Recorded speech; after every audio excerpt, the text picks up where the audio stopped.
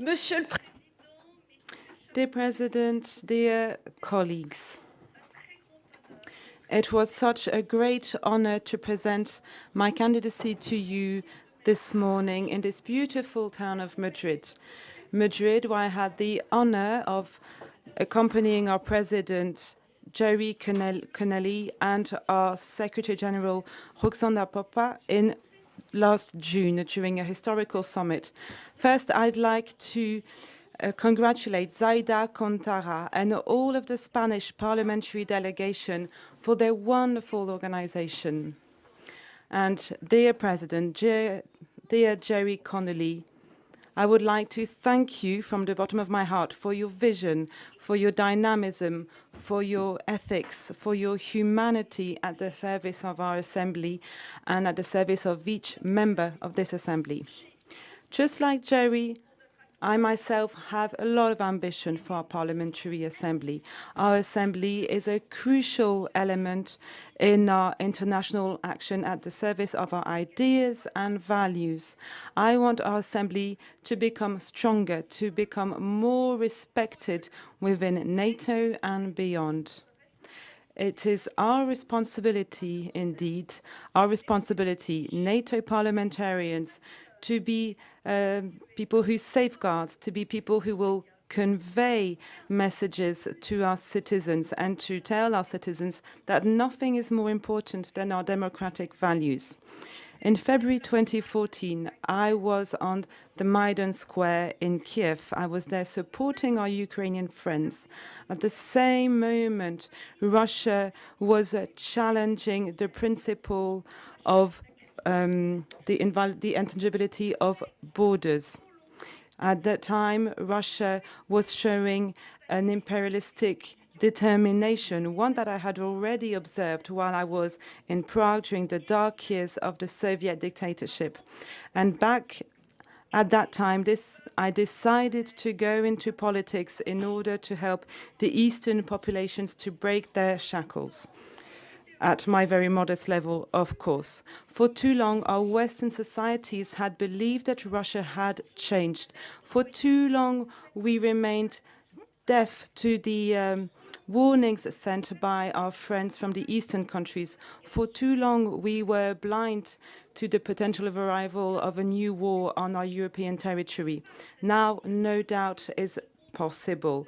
And in the face of Russian leaders, which are acting like real terrorists, showing barbarism that has been unseen before by attacking civilian infrastructures and civilians, we have to do something, and they will have to be judged as such, as terrorists, in front of international tribunals. And as NATO parliamentarians, we must support Ukraine. We must support its people, the Ukrainian people, which every day shows courage and resilience in the service of these values, of our values of freedom, democracy, and sovereignty. Never in the past has our individual and collective responsibility been so great, and never have the stakes been so important. NATO member states have shown exceptional unity when they supported and in supporting Ukraine, and I think we can be very proud of that. It's now up to us to show the same resolve, unity, and cohesion within our Parliamentary Assembly. It's only in this way that we will be stronger and that we will be respected. And we will show that through our parliamentary diplomacy, that we will be more able to support NATO's efforts for peace and security in the fight against disinformation, in the fight against fake news, which weakens the heart of our institutions.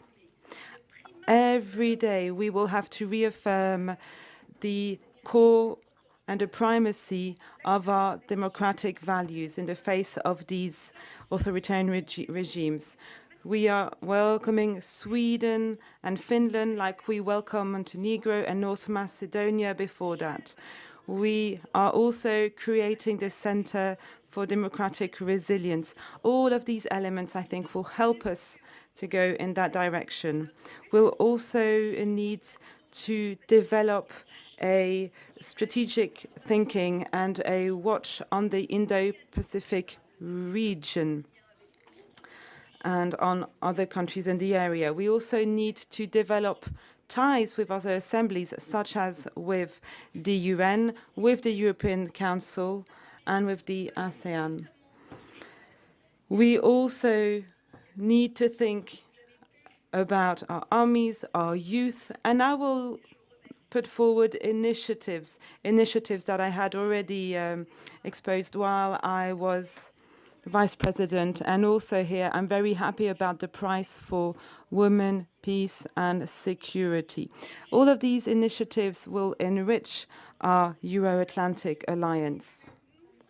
We contributed to the strategic concept. We have shown that we could do it, and we will show that we will be able to contribute in more ways.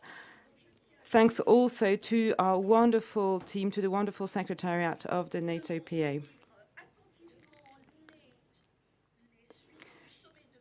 We will, of course, need to keep a close watch on what happens following the last Madrid summit, and I'm looking forward to Vilnius. We will have to look at what NATO does when it comes to the impact of climate change on security, whether it's linked to migration or whether it's looking at the supply in rare earth, hydrocarbons, and other raw materials.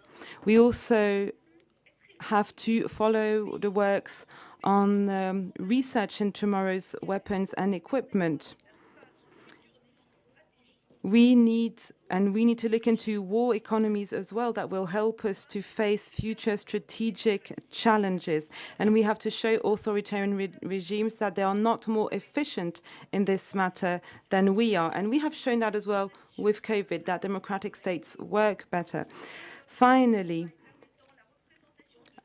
we are creating a working group as well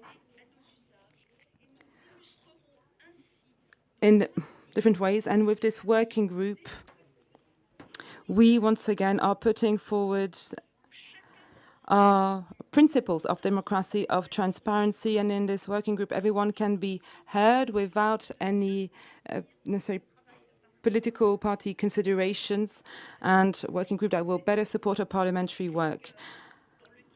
And it's in this kind of dialogue, in this spirit of exchange and debate, that I want to lead this fight in order to support the cohesion of our alliance.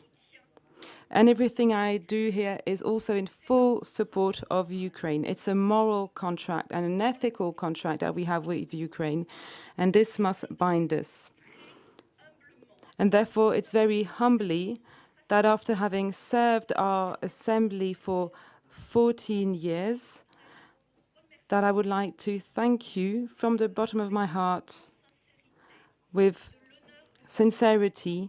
I'd like to thank you for the honor that you are granting me, that you're giving me by electing me as president, by allowing me to continue to work at your service, at the service of the Assembly, at the service of each and every one of us, for our values, for our freedoms, for the Euro-Atlantic Alliance, and for all of us.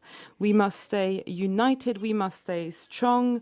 Long live the Alliance, long live Ukraine, long live the NATO Parliamentary Assembly, long live democracy.